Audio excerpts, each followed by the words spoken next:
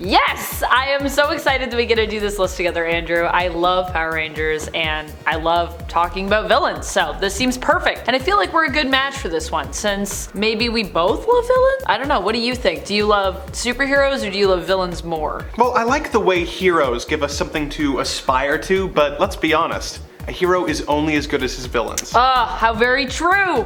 So without further ado, let's get into this list. This is the top 10 most powerful Power Rangers villains. Number 10, Black Dragon. Oh no! It's an evil Zord! Able to shift his size at will, this evil Zord first appeared when a green chaos crystal became charged with green chaos energy and opened a portal in the Rangers command center, allowing Black Dragon to walk right in. He gave them a chance to surrender, but when they declined, he tore a path through the Power Rangers while absorbing their powers and knocking Billy out. This Zord would go on to fight all 6 of the good guys Zords at once. He has super speed and moving armor, which Goldar says in issue 9 seems to grow and overlap in a way he has never seen before. This Zord is able to absorb the powers of the Power Rangers by shooting a blue laser out of his mouth and can fire phasers from his hands, which are powerful enough to send its victims flying through walls. One other power that is apparently his most devastating is an energy shockwave that it can fire from its mouth that is supposedly powerful enough to kill all 6 Rangers. However, before we got a chance to see this in action, his attack was interrupted by a shot from Kimberly's power bow, so we'll just have to take his word on this one. Once defeated, this armor was appropriated by the Yellow Ranger. Of course, a Zord is only as powerful as its pilot, who turned out to be the evil Lord Drakkon, but more on him later. And friends, before we move on to our next spot on this list, if you love the Power Rangers as much as I do, be sure to head on over and check out our top 10 Power Rangers playlist. More Power Rangers content. Number 9, Scorpina. Scorpina is one of my favorite characters in the comics and in the show. She is one of Rita Repulsa's enforcers, similar in rank to Goldar. Scorpina is known in the comics to be extremely deadly and shows great prowess as a fighter. She often fights with a crescent-shaped sword, which can be thrown like a boomerang. Boomerang blade, go! In giant-sized form, however, she becomes even more deadly, turning into a human-scorpion hybrid monster that wields a stinger ponytail and a large claw hand. To me, she's a fan favorite. I'm a fan, and she's one of my favorites anyways, so I think we can count it that way. Scorpina, while generally seen as, just a foot soldier, could be considered more powerful because of her aspirations to rise above her station and gain even more power than Rita Repulsa herself. This is something we see her working towards years into the future in the comics when she appears. When she resurfaces, she reveals her plan to attain more power than Rita by allying herself and paying tribute to Lokar the Terrible. This is also when we get a look at her new giant metal scorpion form, which is even more fierce than her prior form. While she is defeated here, Scorpina is just a great villain who consistently proves herself in fights against the Rangers throughout her character's history. Number 8, Dayne. Dayne is an alien bounty hunter, known for his inspired tactics and his sardonic wit. We first met him while he was rotting away in a prison, only to be broken out by agents working for the dreaded Lord Zedd. He was hired to destroy the Power Rangers, but went about it in a refreshingly intelligent manner. Rather than immediately going after the team, he studied footage of them battling the villains Squat and Babu so he could analyze how the Rangers managed to defeat their foes. Once he had reviewed all the available footage, he began spying on the team, watching their fights and memorizing all of their moves and their personalities in order to come up with detailed plans on how best to defeat each of them. In their first conflict, Dayne managed to quickly and with relative ease defeat the Power Rangers, but chose to leave them alive in order to send a message. He managed to defeat the Rangers again, even when they were in their Zords and when they combined into a Megazord, but was eventually ambushed and captured by the Omega Rangers. He soon escaped from the Omega Rangers base and did battle with the mighty Morphin Power Rangers again, but was severely outnumbered and chose to retreat. He's a powerful foe both for his fighting skills, tactics, and the ability to know when to cut his losses and get out of there. Number 7, Astronema. I honestly love Astronema's look. Astronema is known as the Princess of Evil or the Princess of Darkness. I wish I was the Princess of Darkness, that's such a cool name. She is the main antagonist in Power Rangers in Space. But while we know her as a villain on on this list, she wasn't always evil. In fact, at a young age, Astronema was known by the name instead of Charon, and was the sister of Andros, who would grow up to become the Red Space Ranger. When she was young, Charon was kidnapped and brainwashed by Ecliptor and Dark Specter. She was raised to become the evil heir to Dark Specter, who gave her the name of Astronema. In fact, while deep down Astronema was always Charon, she would still work to earn Dark Specter's favor and would end up succeeding, earning the title as his heir. Before she was an enemy to the Space Rangers, she would also become an enemy to the Prism Rangers and the Omega Rangers, even falsely claiming to have killed the Prism Rangers when, in reality, she really had only killed the Pink Ranger of that team.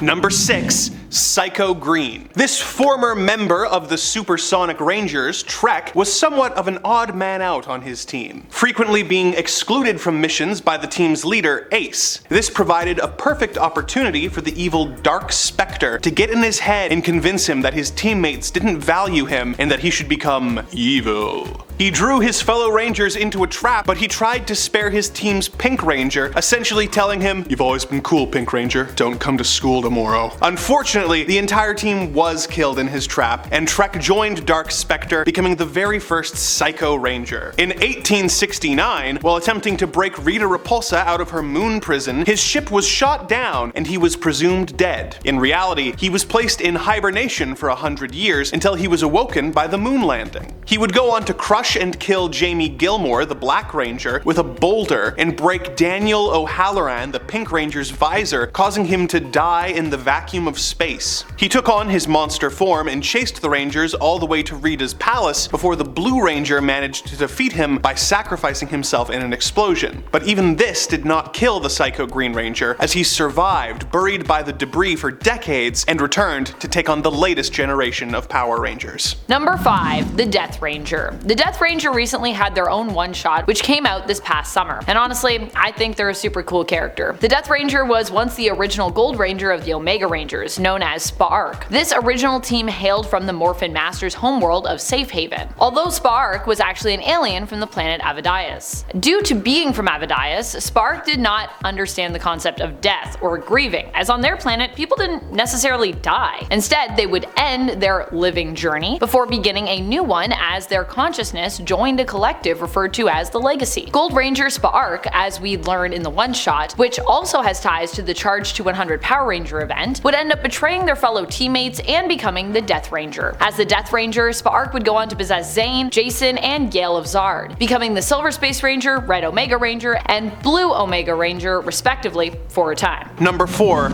Rita Repulsa. Perhaps the Power Rangers' most iconic villain, both in the comics and the original television show, Rita Repulsa was the daughter of Lady Fienna of Ludus and the evil Master Vile. When Fienna learned of Vile's vile nature, she fled before giving birth to Rita. Master Vile tracked them down, killed Fienna, and took Rita for his own, raising her to be evil and cruel, teaching her dark magic. She recruited an alien named Finster, who could create clay sculptures of abominable creatures who Rita would then bring to life to do her bidding. She joined the evil Lord Zedd and took up conquering planets in his name, trying to conquer Earth before being defeated and trapped in a space dumpster by Zordon for 10,000 years, before escaping and prompting Zordon to assemble his team of Power Rangers who fought Rita, preventing her from taking over Earth. Her story in the comics is pretty much the same as it is in the TV show, although she tends to be written much less jokey and over the top in the comics. Like in the show, she is a powerful and dangerous foe, both because of her sorcery, her treachery, and her seemingly endless army of putties. Number 3. Lord Drakkon. Lord Drakkon is an alternate evil version of Tommy Oliver, the Green Ranger turned White Ranger, from the reality known as the World of the Coinless, where he's neither.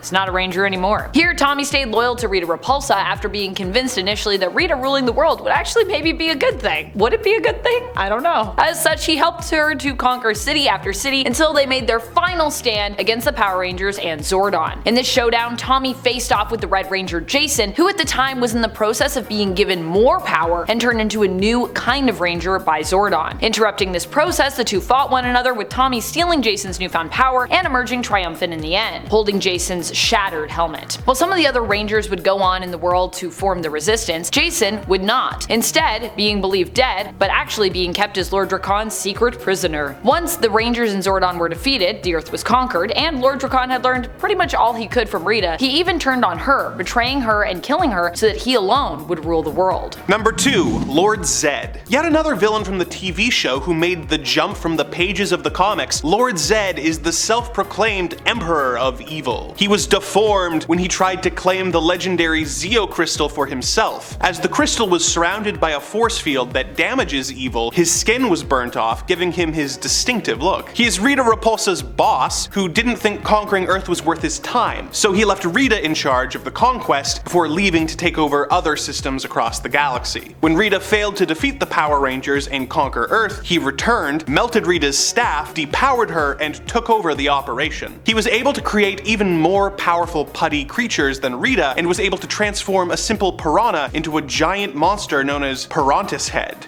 Rita eventually gave him a love potion and the two were wed, making them the universe's most terrifying and evil power couple. Number 1. Dark Specter. Dark Specter is probably one of the best of the worst when it comes to Power Rangers villains, both in the comics and in the show. Dark Specter is like one of the main guys. He is an overarching antagonist across various series including Mighty Morphin, Zeo, Turbo, and even Power Rangers in Space. When it comes to the comics and the shows, he is often portrayed as being a major antagonist. Although despite being known as the Grand Monarch of Evil, he is not my personal favorite villain, to be honest. That honor still stays with villains Rita Repulsa and Ivan Ooze. Classic Ivan Ooze. Hopefully we get to do a list where I gotta talk about him. Also, why is Rita Repulsa so hot in the comics, and is that just me that gets those vibes? Maybe it's just me. Andrew's not saying anything, so that's not giving me a lot of...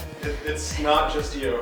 Dark Specter is also the head of the United Alliance of Evil. Sounds so organized. At one point in the comics, he has his lieutenants recruit other more promising evil fledglings as he searches for someone to become his evil heir. Guy just wants an evil heir, you know what I mean? Isn't that what we all want in life? I would love an evil heir. Astronema proved to be the one he bestowed this honor upon, manipulating her into becoming supremely evil. Seeing her parents as a great threat, he had them killed and lied to Astronema, blaming the Power Rangers, saying that they were the ones responsible for their deaths. Pretty evil. Wow, hearing about Rita Repulsa's time in a space dumpster reminds me of all those years I lived in the trash.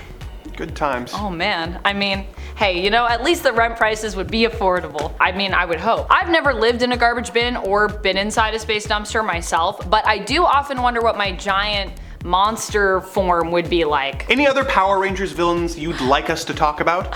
Any other TV shows turned comic books that not enough channels are talking about? Let us know in the comments below. And like and subscribe for more Top 10 Nerd. Until next time, YouTubes, you stay nerdy. Bye.